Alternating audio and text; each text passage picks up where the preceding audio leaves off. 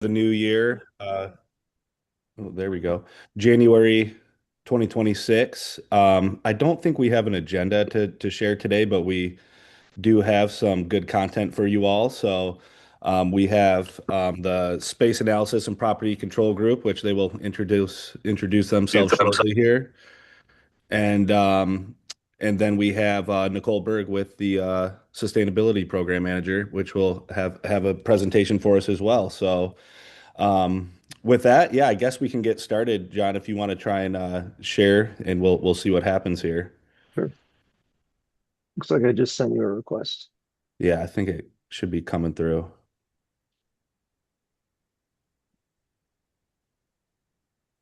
Oh, yes, thank you, Michael. Michael will be monitoring the chat for questions and everything too.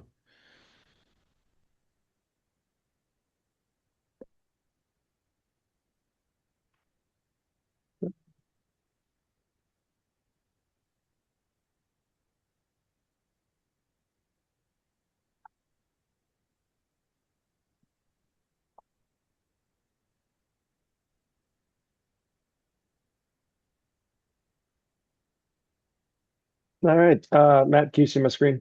Yep, it's everything's looking good on our end. All right, perfect. Okay. Well, we'll go ahead and get started. I just want to formally introduce myself. To those that don't know me, my name is John Barkhimer. I am the Property Control and Space Analysis Manager. I have been for the last 2.5 years. With me today is my team in space analysis. So we have Michelle Rendziperis and Molly Suliman. They are um, they're the knowledge experts for space analysis and everything to do with space analysis. So we put together a presentation for you guys as it is the time of year for space survey, which will be kicking off February 2nd. So just kind of sit back, enjoy, and we'll open it up to questions afterwards. So really, who is the Office of Space Analysis? I know I introduced the couple of the team members and myself, but we are the official stewards of the university space and location data.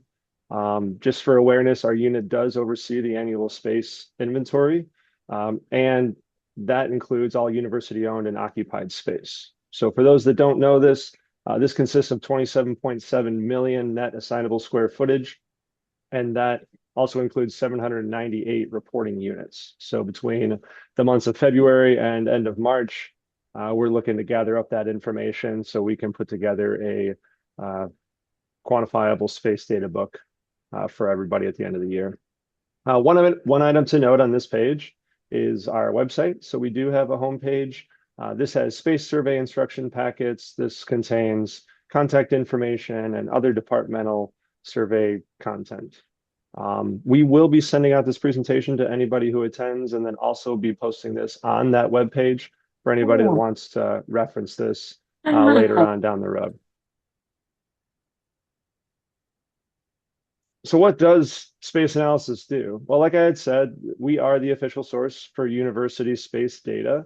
We're responsible for inventorying all university-owned and occupied space, along with maintaining the building structure, room, and location data.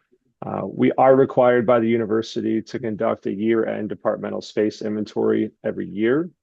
And just for awareness, this survey does formally document how the university's space is actually used.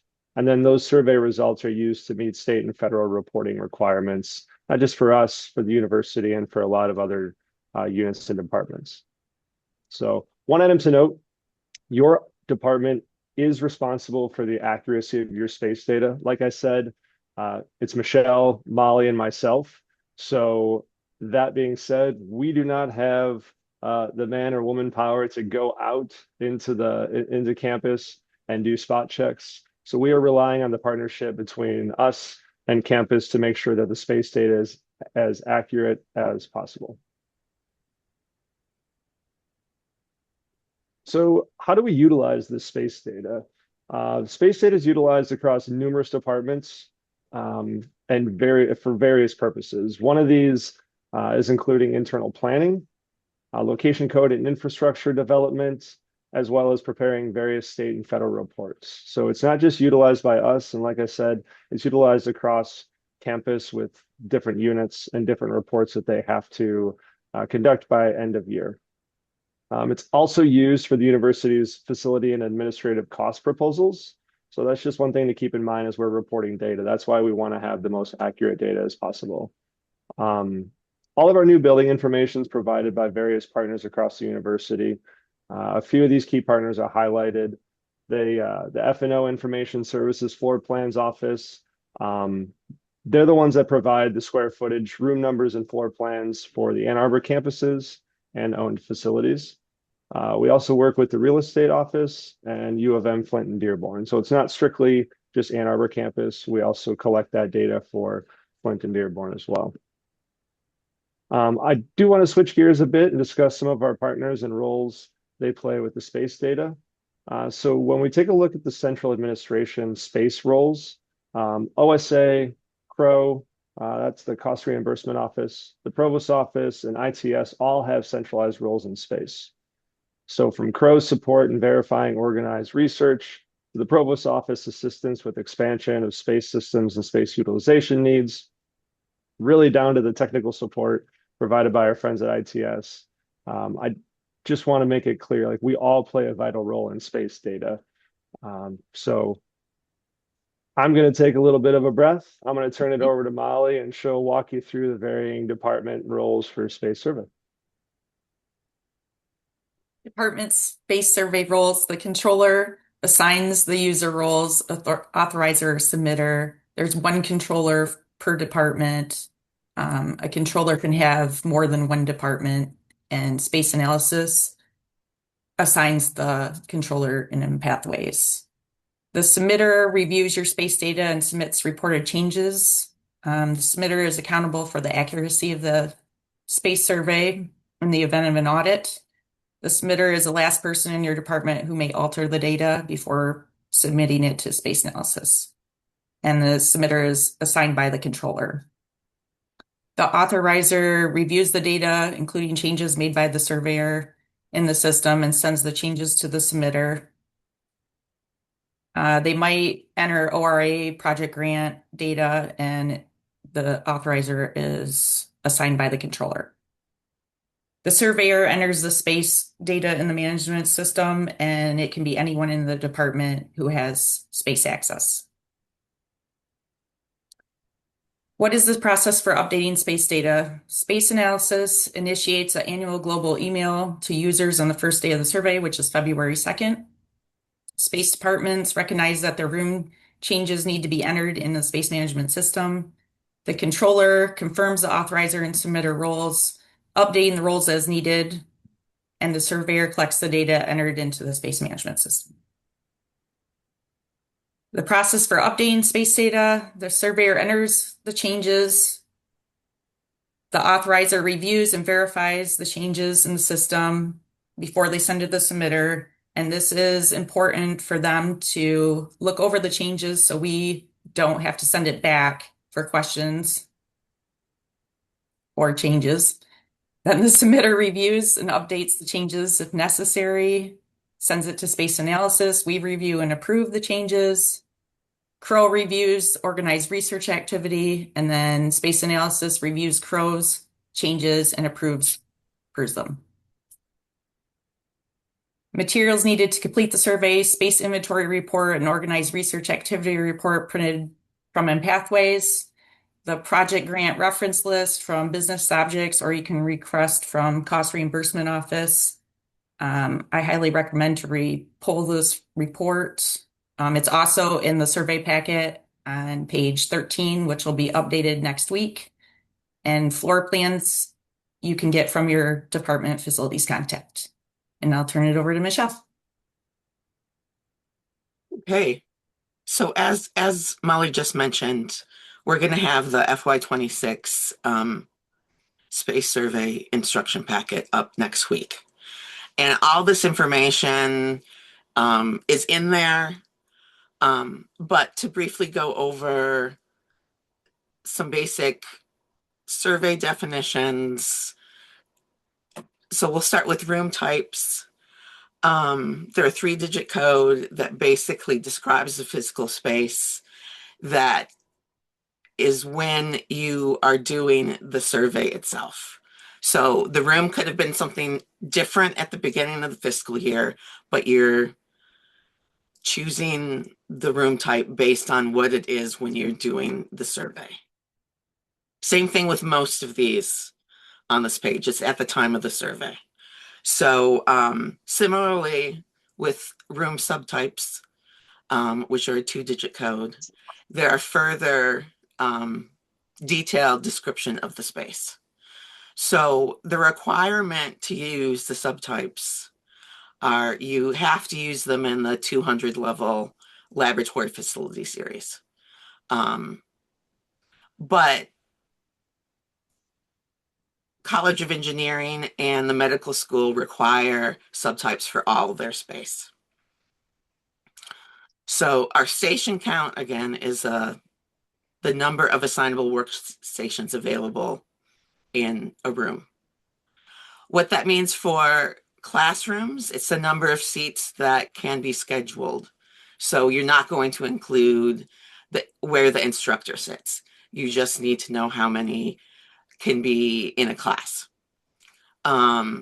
Similarly, for conference rooms, it's the number of seats that you can fit around reasonably a conference room table.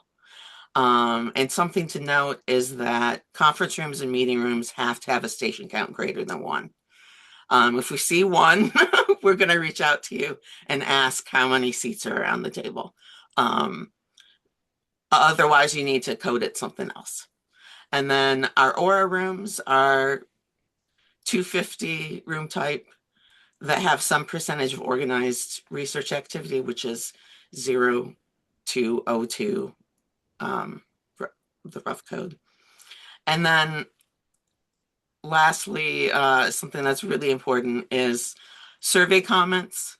It's a great resource for you to communicate to us additional information about the space.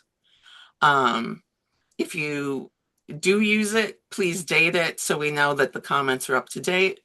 Sometimes there are comments in there that are quite old, but there's no date on it, and so we kind of have to search that don't fit the space, like someone's reporting a renovation, and when we look into it, it's like from 2015. It just makes our job easier, and so we don't have to do the back and forth with the departments. Okay, now with room use function codes. These are prorated over the course of the fiscal year. You can use up to 5. Again, they're a 4-digit code. They have to be at least 5%, and they all have to sum to 100.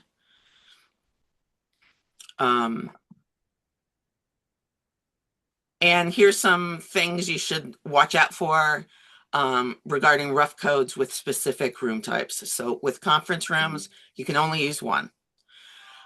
If you have more than 1 activity occurring during the course of the fiscal year, if you're an academic unit, you have to use 0402, which is departmental administration. However, if you're not an academic unit, or there's only a single activity occurring in a conference room, then you can use the single most appropriate rough code for that space. Okay. Now, when it comes to visiting emeritus offices, we need to know if it's a dry appointment or not. If it's a dry appointment, it's 1302, other institutional activities, public service. I listed the definition of a dry appointment per the SPG. So if it's not, then you can use whatever is appropriate, but this is really important. Please use the survey comments to let us know and date them, because we will reach out to you if, hey, let's say there is an old comment that's saying it was a dry appointment and there was no date on it, we're still going to ask you, hey, is there a dry appointment or not, so that we just get the coding correctly. Okay. Now, things to watch out for specific rough codes. 0060 is alteration area. So typically, if we see it at 100%, it really should be, the room type really should be 060. But we do understand that various departments want to use an assignable room type while the room is under renovation as a placeholder. So in that case, we recommend that you use the assignable room type, but then you code it as rough code 0050 at 5% and then 0060 at 95%. Because we'll make that, if we see it at 100% with the assignable, we're going to make that suggestion to you and ask you, which do you want? Do you want us to change the room type, or do you want us to change the rough codes? So that's what we advise you to do in that situation. And then things to watch for in 0402, departmental administration. Typically, you cannot use this rough code in room types 250 and 255. The only exceptions are subtype 04, which is computational lab, and then our new subtype, which is 10, which is research focused office. You can use up to 10% in these subtypes. Then for 0502 general administration, we should only see this in central administrative units.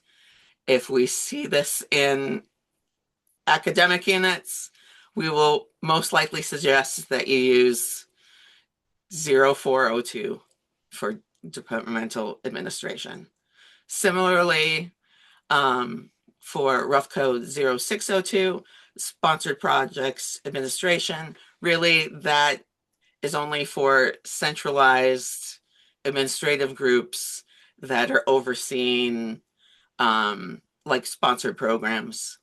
There are exceptions, which are listed in the rough code definition section of the space survey instruction packet. Okay, dates to remember for the survey. We're starting everything off on Monday, February 2nd.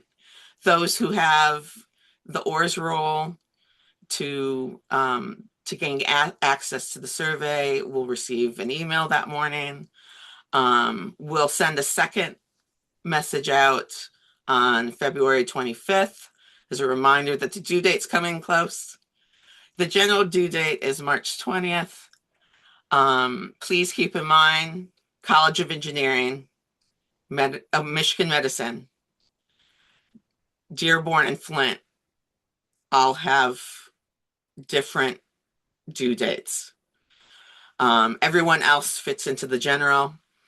And please note that maybe you're all done at the March 20th due date and you've submitted everything. There are 798 different surveys. We need to get them all in, review everything, and then Crow needs to do their review, and we'll make those changes. And then we'll finalize all that, and then we'll stamp the data for this fiscal year. And then we can start working on like our data book. It's a very long process.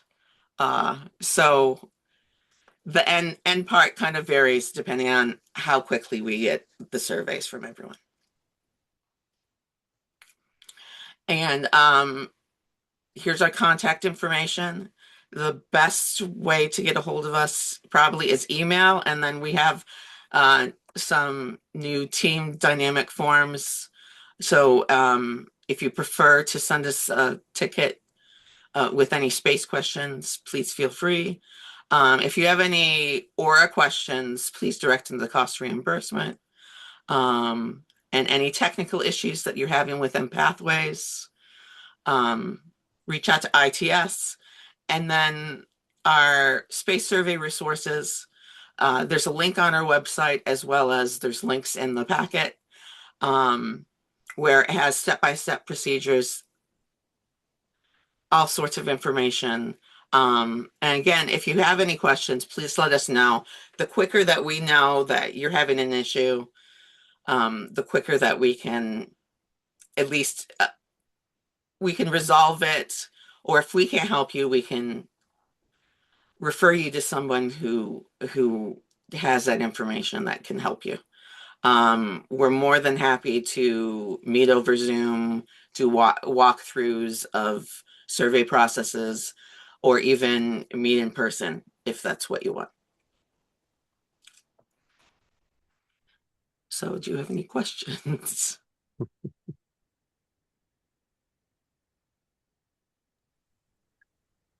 So I know it was a lot of information. Like Michelle said, I just want to reiterate, space dot analysis at UMich is the best way to get a hold of us.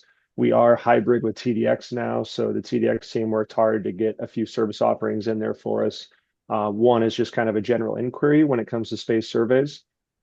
But ultimately, as we kind of digest this information and everybody embarks on their space survey, please feel free to reach out. One of the biggest things we do notice is that the deadline comes due, the general deadline comes due of March 20th. We're reaching out to departments that haven't submitted their space survey, and they're kind of on an island by themselves because they don't know where to go, or they don't know, they're kind of stuck with their survey. And instead of reaching out, they're trying to figure it out on their own. So we are here, like I said, Molly and Michelle are the subject matter experts. They will usually they have the answer 99.9% of the time. It's a pretty quick and easy fix. So you guys know where to find us if you have any questions. Appreciate Matt and everybody from the fun group and their time today. Yeah, thank you. I know I don't think we had any other questions in the chat besides Tony's there, which you guys answered as well, but that was Also, one. I Oh, should no. emphasize that if you have any questions about the med school portion, there's an email address, which is medschoolspace at med.umich.edu. They start their survey much later, and if you have any questions specifically about that, you should reach out to them. While they collect all their data and do it later, we do review it and go through that process, but they start very much later than everyone else. Thank you. Yeah, and I will say I was surprised to hear you guys did all that and Dearborn and Flint as well. So very impressive from a small group. That was a surprise to me. So I do have one more question. Maybe this is for you, John, but do you know, is there ever any talks or anything of updating the space survey system, like how we enter it in Wolverine Access?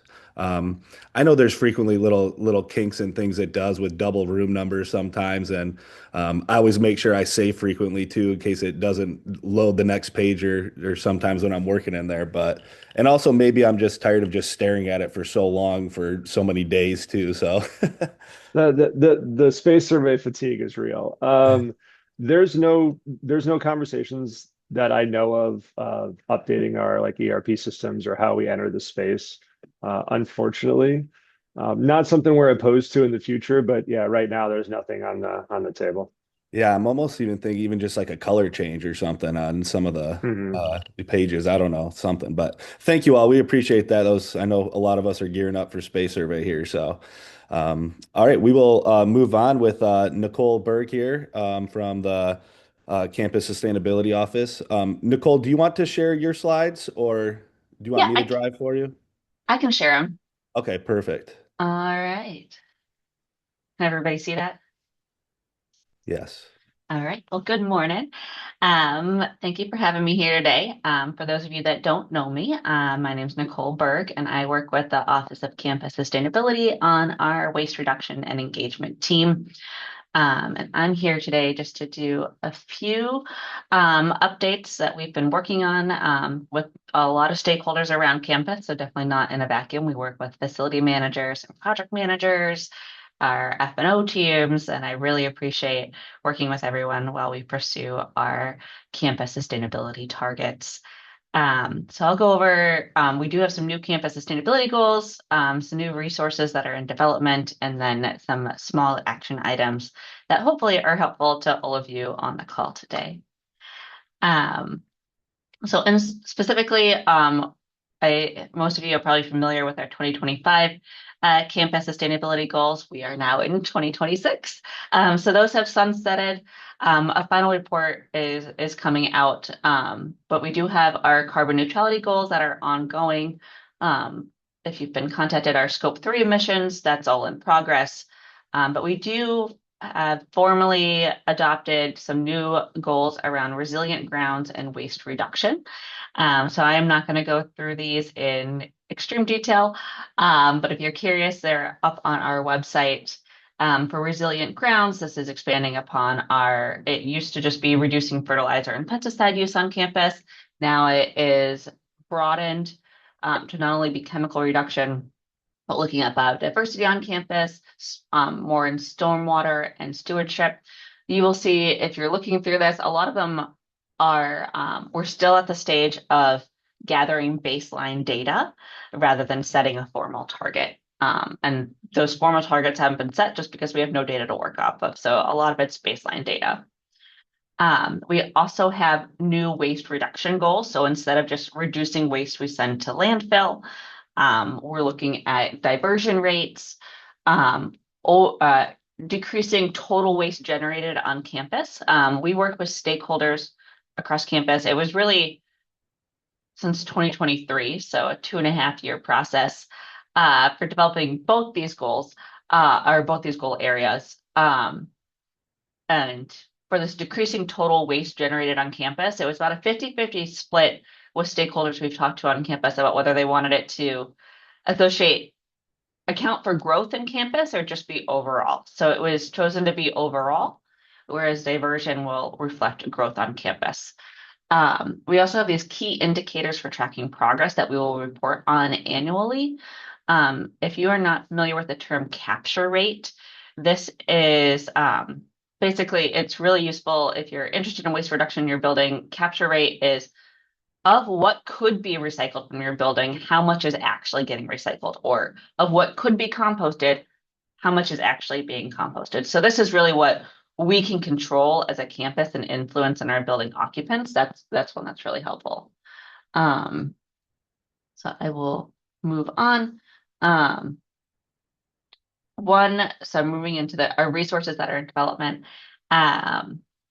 So one resource we've been moving on is a departmental move guide. So this came out of that work group when studying the new waste reduction goals. Was a lot of waste is generated when departments are moving. And there's always a lot of questions about it. So we're working on a departmental move guide. It's still very much a draft, but we have this great spreadsheet on who handles different waste streams, how you can get extra materials like gondolas or dumpsters in order that for your building. So if you have any feedback on this, definitely at that stage where I would love to hear from more facility managers about what questions you have and what's happening. And I want to give a big thank out to our Wolverine Tower team. I see Steve and Cheeseray on here that helped us kind of with their big moves out of Wolverine Tower is really when we really started delving in and developing this. So thank you very much. The next one is a building users guide. We did the building engagement model with Wiser last year. That I'll talk about more in a little bit. But it helped us discover that a lot of new occupants in the building didn't know basic information or sustainability features. So this user's guide is something that can be given to new occupants or just a refresh on like, hey, we have compost in the building. We have energy setbacks. These are the building schedules. So it's not just sustainability focused, but really trying to drive home that key sustainability information where building occupants can have an impact as well as basic like security information. And this LSA really got it down to 4 pages, which I think is incredible, and it's accessible. So it's in Canva. You can always reach out to ask for the template. Um, but I think it's a great model to get basic information out, especially to new building occupants. Because when we did surveys in that building, we learned that a lot of people didn't have any idea different resources that were available to them, or like, hey, we keep it between 65 and 72 because that's the most sustainable temperature. If it's outside that range, you should be contacting your regional energy manager because something might be wrong. Things like that. Another thing that we've been working on is with event spaces that frequently serve food, is getting them set up to be sustainable event spaces. So getting them like extra large permanent compost bins, getting them zero waste event supply setups. So we've been working with LSA. We worked with the medical school.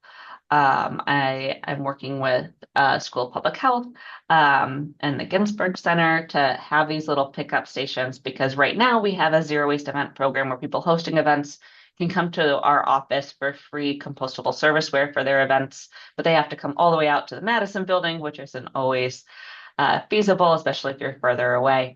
And then setting up the permanent compost bins helps solve the issues of event boxes being set out and not serviced, and custodial issues and all of that.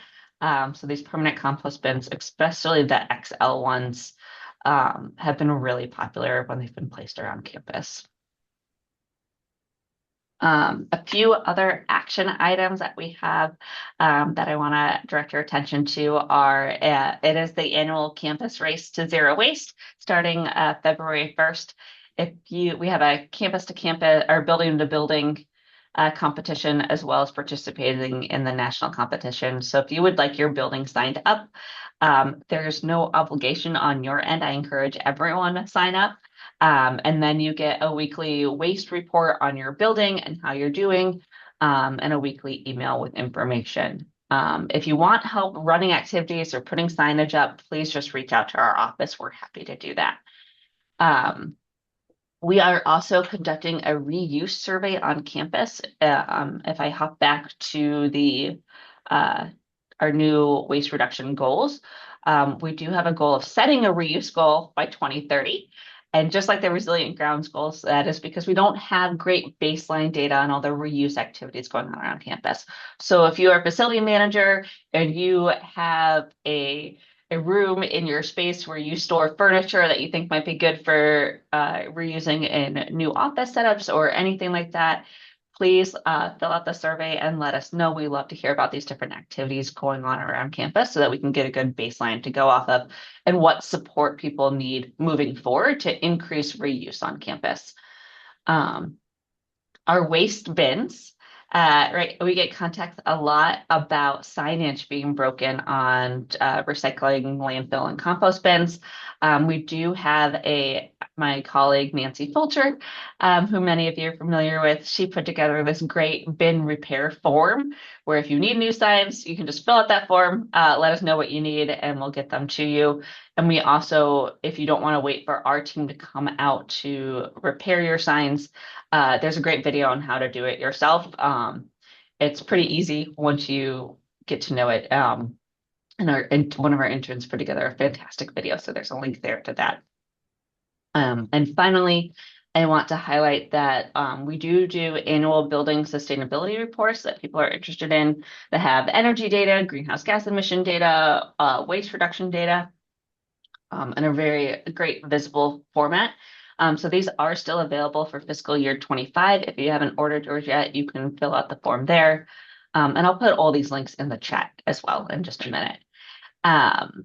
But the building sustainability report, it's too late to get a printed version for fiscal year 2025, but you can get a digital version if you want one put together. And then finally, a lot of these resources came out of working with Wiser or previously with BSRB on a building engagement model. And this is where I have an opening for this coming year. So if you think you're interested for your building, please reach out. And this building engagement model is where I work closely with your building, and we do additional qualitative data collection, like we do a waste audit. We work with the regional energy managers to get detailed energy data.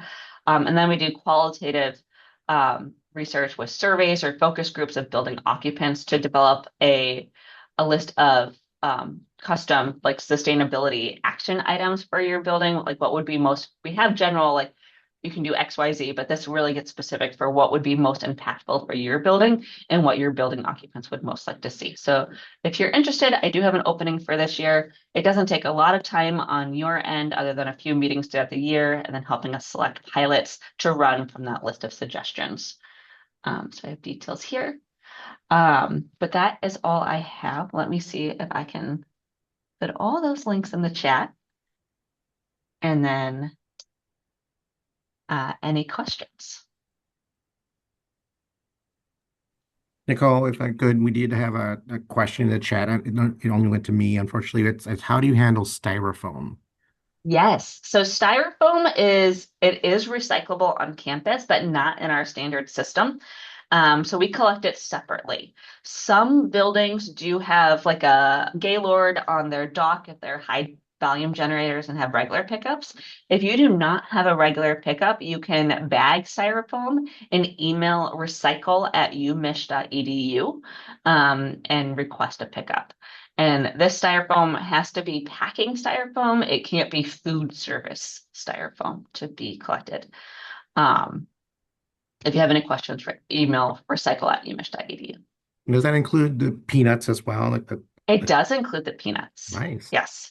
And for those of you curious, they basically go in a trailer up on North Campus near our Waste Management Services garage, and Dart Industries from Lansing picks it up usually about monthly, but depends on the volume. And it does get recycled. They're a styrofoam manufacturer, so it's kind of an example of EPR where it's really good for them to take that. They have reporting structures where it's actually getting recycled.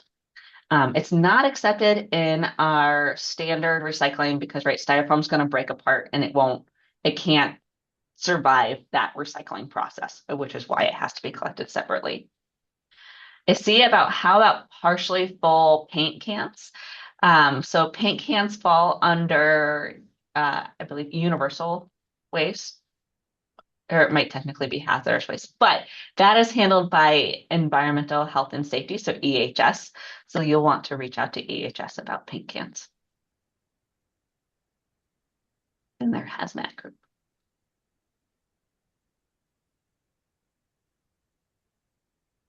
All right. Any other questions from anyone? Okay. Well, thank you, Nicole. We appreciate that. And thanks for sharing the links too. Some great information there. Well, that concludes our presentations for the day. I just want to note our next executive committee meeting will be on February 5th. Anyone is always welcome to attend if they want. Just please reach out and we can get you invited to that.